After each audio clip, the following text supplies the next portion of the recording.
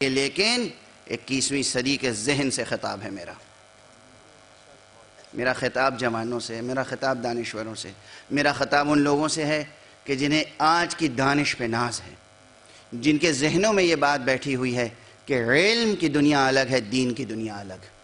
نہیں، ایسا نہیں ہے۔ علم کی دنیا الگ اور دین کی دنیا الگ نہیں ہے۔ حکمت کی دنیا الگ اور عرفان کی دنیا الگ نہیں ہے۔ جو برہان کا تقاضا ہے وہی عرفان کا تقاضا ہے، وہی قرآن کا تقاضا ہے۔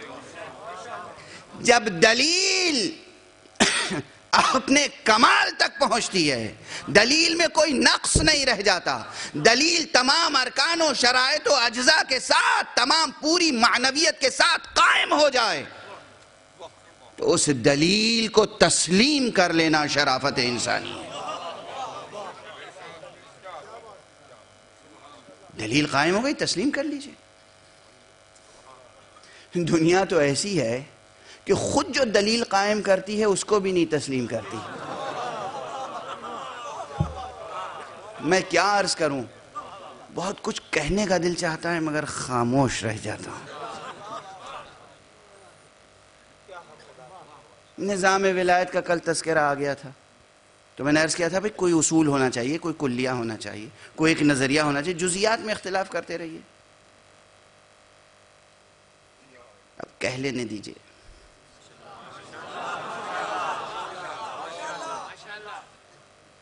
بعد پیغمبر کیا ہوا؟ قیام حکومت کے باب میں دلیل کیا پیش کی گئی؟ جب مناظرہ ہو رہا تھا انصار و مہاجرین کے درمیان، تو ایک دلیل یہ پیش کی گئی کہ رسول ہم میں سے ہیں، اس لیے حق حکومت ہمارا ہے، تم محکوم رہو گے۔ انصار سے کہا گیا تم محکوم رہو گے، کیوں؟ اس لیے کہ ہم مہاجر ہیں، رسول بھی مہاجر تھے، حق حکومت ہمارا ہے۔ ہم قریش سے ہیں، رسول بھی قریش سے تھے، حق حکومت ہمارا ہے۔ یعنی جس خاندان سے ہمیں اسی خاندان سے رسول ہیں، اس لیے حق حکومت ہمارا ہے۔ وہاں یہ بات کہی گئی، گویا یہ ایک برہان دی گئی، ایک دلیل دی گئی، خود ہی دی تھی نا یہ دلیل۔ اور جب امیر المومنین سے کہا گیا آپ بیعت کیجئے، امیر المومنین نے کہا کس بنیاد پر؟ آپ کس بنیاد پر؟ میں کیوں نہیں؟ کہا ایک خاندان میں نبوت و خلافت نہیں ہو سکتی۔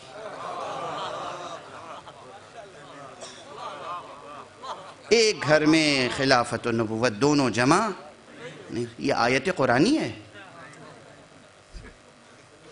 یہ کوئی آیت قرآنی ہے کہ ایک خاندان میں خلافت و نبوت جمع نہیں ہو سکتی؟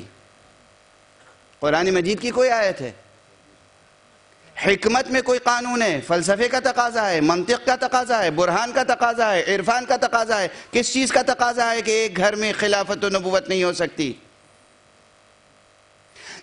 جناب موسیٰ، جناب ہارون مگر ایک خاندان کے نہ تھے؟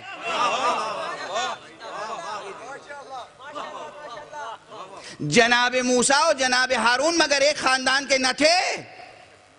سورہ مبارکہ طٰہٰ پڑھیے کس تفصیل سے ہے۔ جناب موسیٰ کی دعا فرماتے ہیں رب اشرح لی صدری ویسر لی امری واحلل عقدۃ من لسانی یفقہوا قولی واجعل لی وزیرا من اہلی ہارون اخی اشدد بہ ازری واشرکہ فی امری کی نسبحک کثیرا ونذکرک کثیرا وکنت بنا بصیرا۔ پورا سلسلے آیات پڑھیے۔ پیغمبر خدا ہیں جناب موسیٰ، اولو العزم ہیں، صاحب کتاب ہیں، کہتے ہیں پروردگار میرا وزیر میرے اہل میں سے قرار دے، کسی اور کو نہیں، میرے بھائی کو۔ اگر خدا کو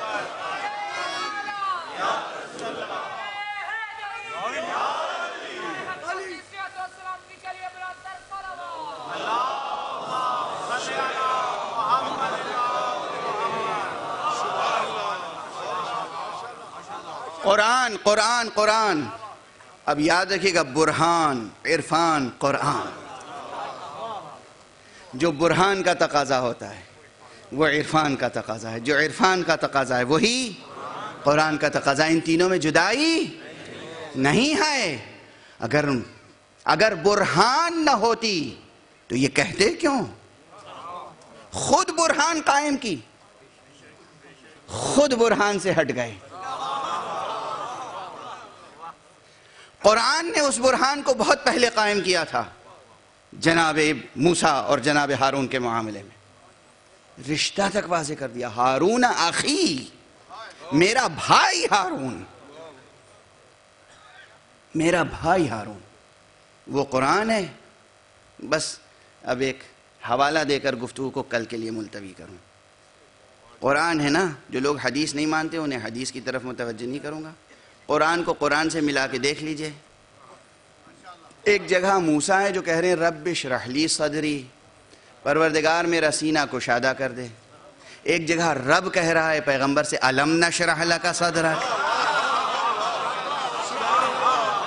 کیا ہم نے تمہارا سینہ کشادہ نہیں کیا؟ ایک جگہ موسیٰ ہے جو کہہ رہے ہیں کہ پروردگار میرا بوجھ ہلکا کر دے۔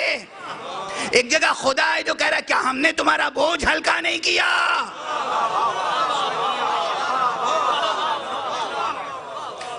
قرآن کو قرآن سے ملا کر پڑھ لیں اور پھر دیکھیں برہان و قرآن میں وحدت ہے یا نہیں، عرفان و قرآن میں وحدت ہے یا نہیں۔ اس کے بعد حدیث پڑھیں جہاں پیغمبر نے فرمایا یا علی انت منی بمنزلت ہارون من موسیٰ، اے علی تیری منزلت مجھ سے وہ ہے، تیری نسبت مجھ سے وہ ہے جو ہارون کو موسیٰ سے تھی۔